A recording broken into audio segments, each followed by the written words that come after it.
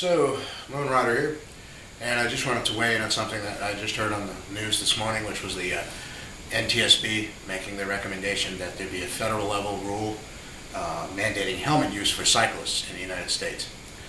Now, this has never come up before, and I have to wonder why now. I have to assume, because of the timing that it hadn't been an issue before, now it's an issue at the federal level, that presumably this is because there's a perceived increase in the number of cyclists being injured or killed. Well, why would that be? Is it really because they're not wearing helmets? I mean, I don't know about you, I always wear my helmet. Everybody I know who rides always wears their helmet. And certainly if you go to any kind of an organized ride, or if you're riding with the club from the local shop, or you're going to have to wear a helmet. You won't be allowed to ride otherwise. So we're always pretty good about wearing helmets. There are some casual riders who don't, and even a handful of experienced riders. But the vast majority of cyclists wear a helmet because it's a little extra protection. Why not? Also, if you're commuting, it's a good place to mount extra lights and that sort of thing. It's a good place to put stickers. If you're a hip cat, it's it's beneficial to have, and it doesn't really detract to have it. So, the upside is pretty big, could provide you extra protection. The downside is virtually nil. So why not wear one? Most of us do. So, I'm sitting here, I'm saying this is a sort of a solution looking for a problem. Right? If most cyclists wear helmets, most cyclists understand the benefits of helmets. In the sense of that they're designed to protect you from a low-speed impact with the ground.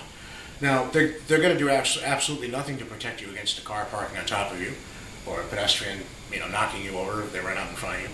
But what they will protect you with is the secondary impact that happens after that when your head hits the ground.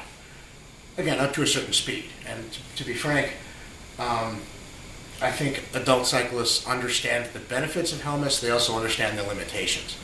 They wear them, but they don't think they're force fields.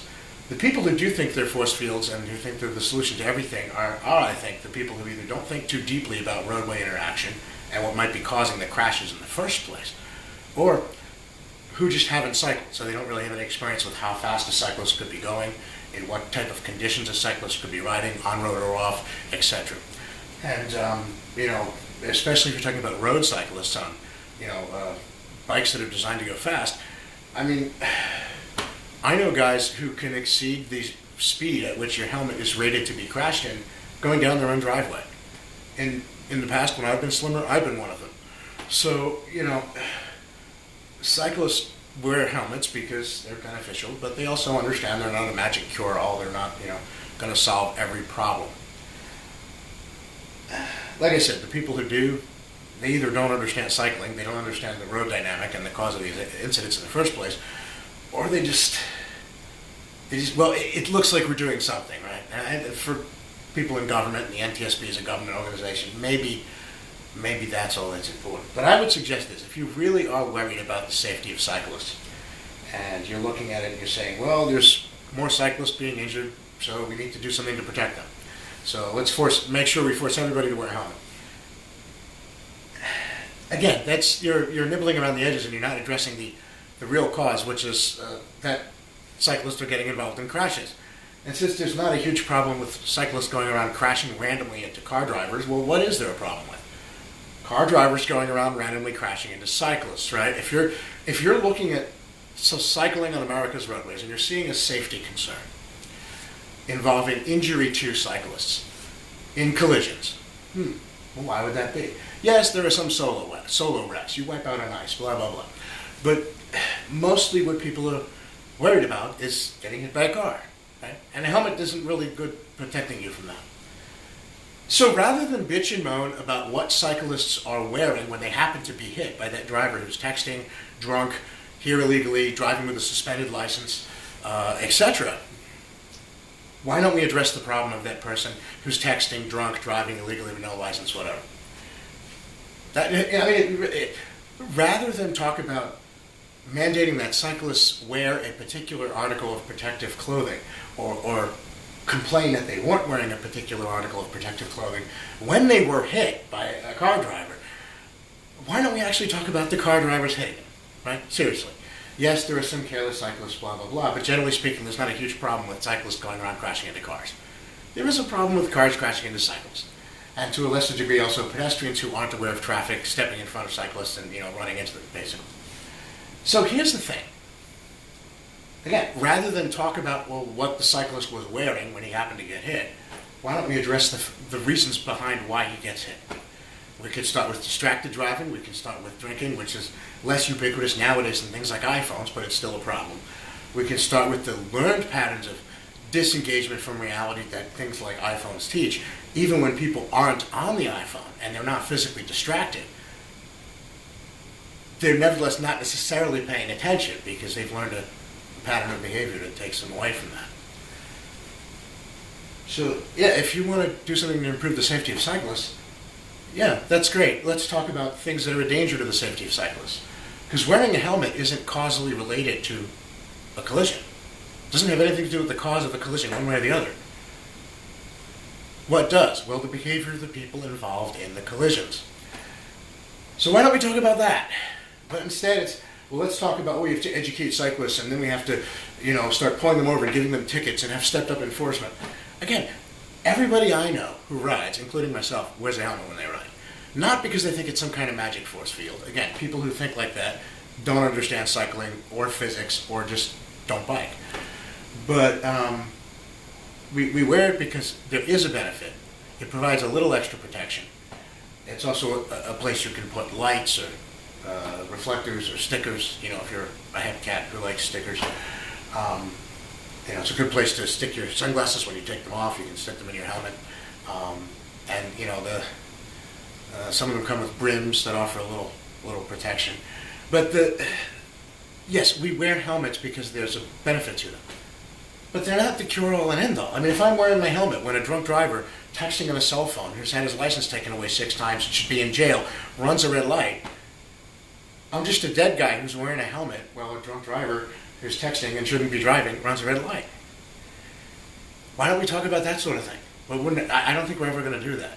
I think there's 2 reasons. One, the vast majority of people who are cyclists also drive, but the vast majority of people who are just drivers, well, they don't bicycle. So there's more people who are just drivers than there are people who have bicycling experience, who consider themselves cyclists.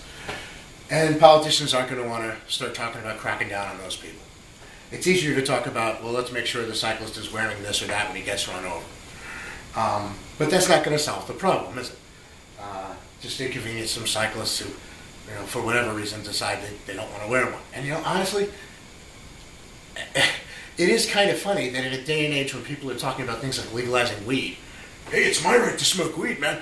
You have to wear a helmet when you bicycle. It's like, seriously? Have these people talk to each other? Because their worldview seems very different. I'm not necessarily saying I'm in favor of legalizing weed, but I'm just saying that, you have people out there making policy proposals based on the idea of, it's your life. But then you have, again, and I can see the argument that we need to get more people involved in wearing helmets. You know what? The cyclists are already pretty good at this. We're good at, pointing out their advantages. Everybody I know who's ever had a crash while wearing a helmet has come to the bike shop or talked to their friends or sent a text or whatever and said, guess what? I'm here because I was wearing this helmet. I didn't get a cracked noggin, or what could have been a cracked noggin just turned into a minor concussion or something. I was still injured, but not as severely, and I didn't die. And in some cases, in a low-speed fall, or if you just slide out, and, you may not be injured. Right? Now, most of the times when people have an accident, a helmet can be useful. But it's not going to prevent every single thing. And honestly, like I said, my concern is this is a distraction. If you're concerned about educating cyclists to wear helmets, cyclists already do that amongst themselves. If you're concerned about having a public safety campaign, then have somebody send flyers to schools or local bike shops or whatever. But here's the thing: adult cyclists already do a pretty darn good job of this ourselves. Most of us wear the helmets. Why? They have some benefit. They do offer some protection. But talking about let's make the focus on what the cyclist is wearing when he's hit by a reckless driver. That'll improve cycling safety. No, it won't. All you're doing is distracting from the real problem, which is the reckless driver, which is the unsafe road interaction, the unsafe behavior, the unsafe mentality, in some cases, the unsafe learned pattern of behavior, which might even be unconsciously learned. Again, people's constant use of things like cell phones and social media, while they're on the go, not sitting home at their desktop computer, but using their phone all the time. Even when they're not on the phone, it's not just a question of the phone distracting them. It's a question of when they put it down and they're not on it, will they necessarily be paying attention? Because they're on that so much, and that's taught them that paying attention isn't important. They've learned an entirely different way of engaging with the world. Or I should say a way of not engaging with the world. These are things we have to talk about. But they're not going to get talked about because, again, it's easier to talk about cracking down on a small group of people, like cyclists, than it is to talk about the real problem, which is the larger group of people, the drivers. Well, there's more drivers than cyclists. Voters aren't going to like that, right? And then the second reason they're not going to talk about these problems is a large component of it is unsafe behavior behind the wheel. A large component of that, I believe, either in terms of outright distractions or learned patterns of behavior that involve not paying attention, even when you're not distracted, are related to digital devices and social media and things like the iPhone and the Android, right? And these companies have lobbyists. They've spent a lot of money to convince you that you can't live without this thing every second of the day. And in conjunction with the car companies have incorporated infotainment systems into what used to be a simple radio or CD player. They've even gone so far as to try and convince people that it's perfectly safe to do this while they're driving as long as they don't have the physical object in their hand, as long as it's going through their Bluetooth connector or something in the car speakers. They're literally marketing devices that allow you to do something unsafe, and it's legal. It's legal to sell a car that's designed to allow you to do that. Now, would it be more unsafe to have the device physically in your hand? Yes. But is a person who's using one of these things necessarily as aware as somebody who's not and who's paying attention and has learned to pay attention? No. But again, these companies have big lobbyists. They're not going to want people to start, you know what? Cars shouldn't come with infotainment systems. Cars shouldn't come with things that allow you to text by narrating while you're driving. Cars shouldn't come with, multimedia systems. Cars should come with a speedometer and a radio or a tape deck or a CD player or something for playing music, a USB port, whatever. But not a personal computer, not a slideshow, not a movie program, you shouldn't be watching Netflix while you drive, right? You shouldn't be Skyping while you drive. You shouldn't be texting while you drive, even if it's hands-free. But they're never going to do that, right? So a lot of these problems aren't going to get addressed because of, well, frankly, vested interests, right? Apple and Toyota and Nissan and none of these, the car companies, or the computer and cell phone companies, or the app designers, the social media companies, Google, Facebook, etc. They're never going to allow people to be, discouraged or even forbidden from using their programs at any minute of the day. So instead, the rest of us are just told we have to live with an increased risk of being run over by a bunch of people who are literally brain-dead zombies at times. And I think that, honestly, why would they be talking about helmets for cyclists being nationally mandated now? Well, because now we've gotten to the point. Remember when cell phones first started becoming prevalent in the late 90s, early 2000s, and then the first smartphones started coming out? Now we've gotten to the point where this is something that everybody is expected to have. And nobody bats an eye when they see people using it in the most socially awkward and inappropriate situations. So here's the deal. You want to solve the problems of roadway safety on the road for cyclists, we should start with the problems of the behavior patterns and the actions and the mindset and the illicit and dangerous conduct on the part of people who are actually causing the collisions. And while there are a handful of reckless cyclists, the vast majority of these things are due to the drivers and the pedestrians and other people being careless, being unaware of their surroundings, or being impaired in some way chemically. But instead, they want to put the focus on what the cyclist is wearing when he's hit. Like I said, it's a distraction. It's actually, not only are they not solving the problem, but they're taking the focus off the problem. They're making it about something that's almost irrelevant, right? Whether I'm wearing my seatbelt in my car when I'm hit by a drunk driver who runs a light doesn't change the fact that the drunk driver ran the red light, and that's the cause of the collision. Whether I'm wearing my helmet, and I always am, when I'm hit by a driver who runs a light, drunk or cell phone addled or otherwise. It has nothing to do with the fact that the cause of the collision was the other person running the light. Right? The wearing of a helmet on a bicycle, just like on a motorcycle, is not causally related to the incidence of collisions. Again, it'll provide you some incidental protection if there's a collision, depending on the circumstances and the speeds involved and so on and so forth. But it's not causally related to the collision itself. So rather than talk about penalizing cyclists for what they may or may not be wearing when they happen to get hit by careless drivers, why don't we talk about the careless drivers? Why don't we talk about the real problem, which is unsafe road interaction and the unsafe mindsets that lead to it becoming more prevalent? But nope, we can't do that. It's easier just to say, mandate that cyclists do this, this, and this. And again, the irony is most of us do it anyway. This isn't going to have some kind of drastic increase in helmet use because basically everybody is already wearing a helmet, right? There's a handful of exceptions here and there, but the vast majority of cyclists are already wearing helmets. Why? Because they see that they have some benefit.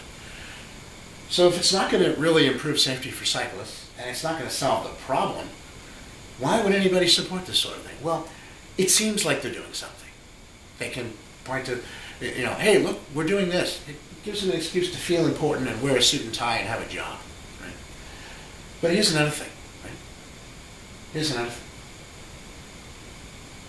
It also distracts you from the real problem.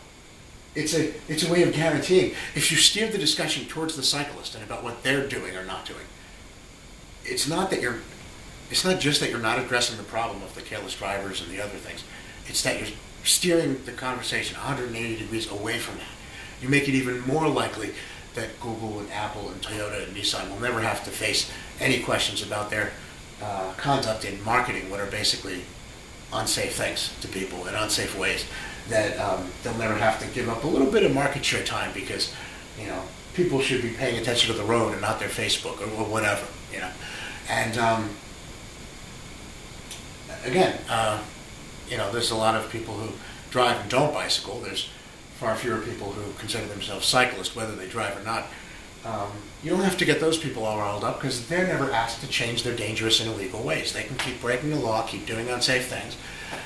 And the irony is, it's worth noting that a lot of these things are illegal already. So it's really a question of enforcement and culture that has to change.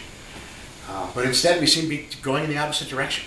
And I think that's really what this is about. This isn't about protecting cyclists. This is about protecting the people who are breaking the law and creating the unsafe behaviors that actually cause the accidents. Why? Again, I don't think people want to have to talk about it. It's easier to just blame that guy over there. And talk about what he happened to be wearing or not wearing when he was hit by the drunk or the person on the cell phone. So as a cyclist, what do I think of this? Yeah, I think we should all wear helmets. It's a great idea.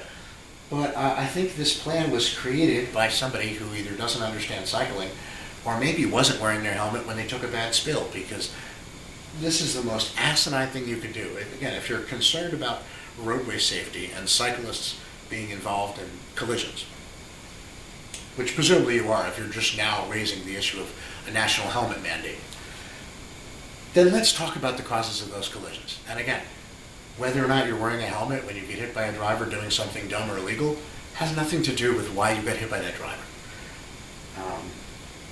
On the other hand, steering the discussion in that direction makes it damn sure that nobody's ever going to get back around to talking about that sort of thing, because they're sidetracked about talking about whether or not you were wearing a helmet when the drunk, illegally driving, texting driver ran you over.